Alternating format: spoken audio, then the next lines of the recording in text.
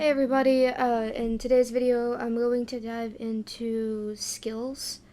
This video is going to be much shorter than the other videos because I'm not going to go over every single skill.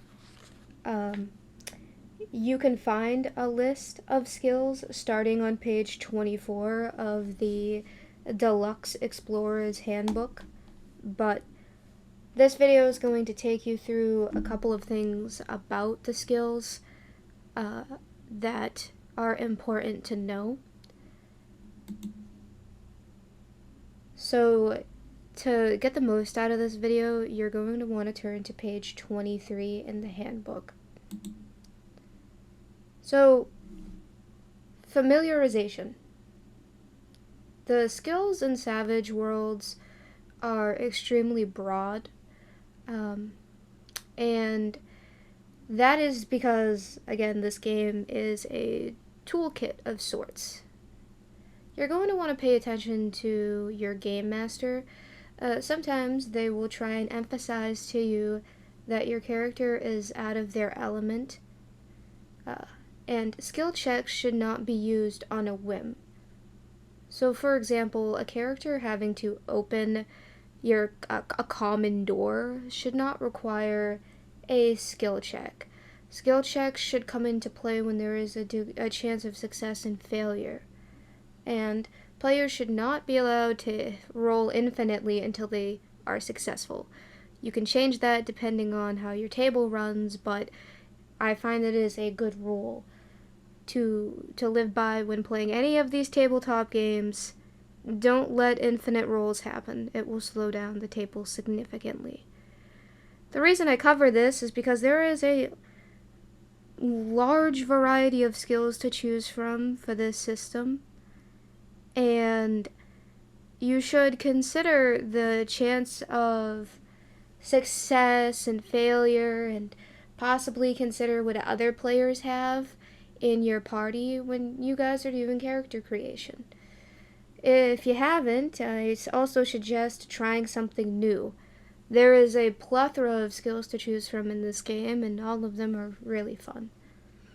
When your character uses a skill in a different way from what they're used to, they will suffer a -2 penalty to their rolls. There is more detail about skill rolls coming up in the game rules section of this starter course. So, common knowledge. Your character having common knowledge will alleviate the need to have dozens of background skills. Basic history, common etiquette, and such are considered common knowledge.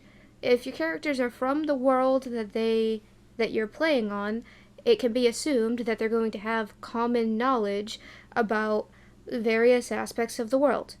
Like, say you're playing in a kingdom and perhaps it's a holiday, and even if your character doesn't celebrate the holiday, you would have knowledge that this holiday is happening.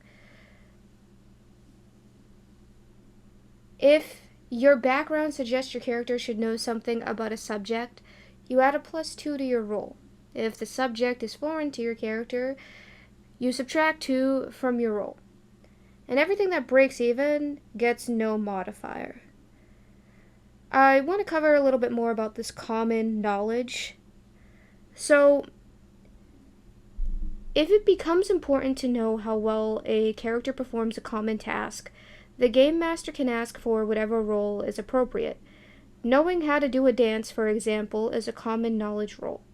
If it becomes important to see how well a character performs the dance, the game master might ask for an agility roll with no bonuses or penalties. This is covered on page 23 of the handbook. So, what that is saying is you can use the common knowledge roll and an additional roll to see how well a character is performing an action, if the additional roll is needed at all, and it isn't always needed.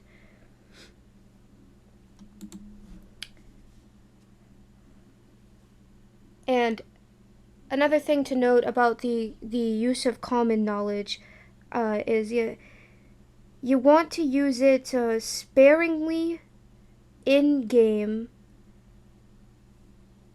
but not too sparingly. So I find it's helpful to reward players for their character creation and how deeply they think about their character.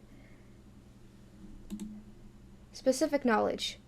So, specific knowledge is talking about the knowledge skill on the character sheet.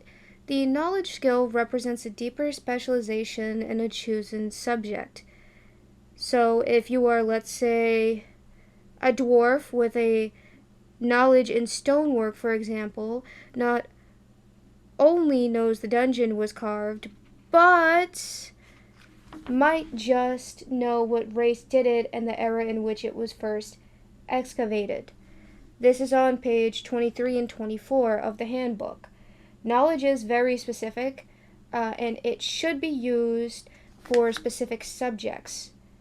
And when you use it, it should have a significant impact during the game. So, if the subject is going to come up rarely, you're going to want to use common knowledge. That's the difference between common and specific knowledge. Your character can have specific knowledge on their character sheet, and I would talk to your game master about common and specific knowledge for the game world that you're playing in.